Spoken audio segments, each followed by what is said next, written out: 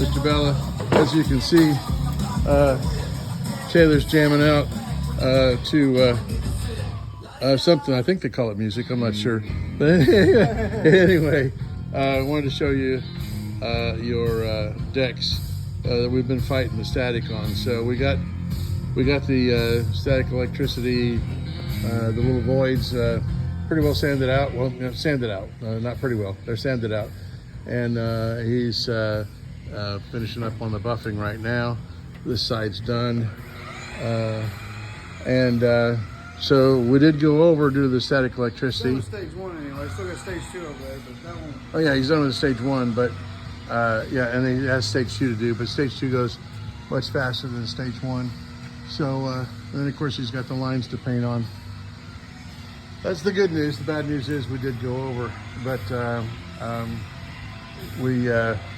we actually determined that the people that were working on this before were having trouble with static electricity too, and we're taking out some of their boo-boos at the same time while we're, you know, working towards perfection. We've also made a piece for this.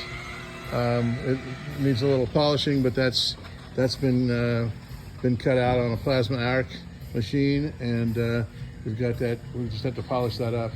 I think it's. Is it laying here? Show him that. No, I don't know where Brandon's got it. Show him that. I know where he's got it. The isotope and the tester, static tester. Do I know? Oh, okay. So here's how we fight static electricity, and a lot of people don't know about this.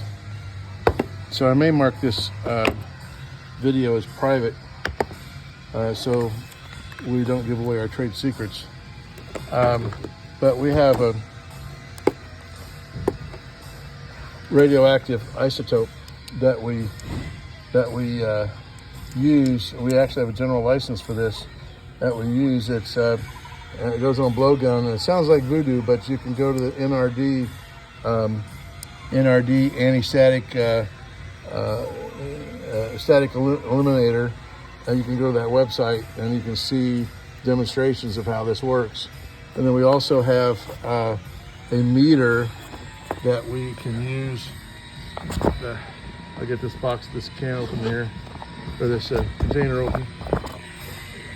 So we have a static static meter that we use as well to make sure that we have no static electricity or very low static electricity before we varnish.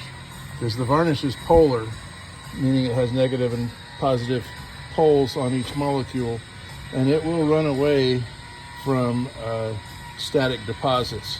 So anyhow, I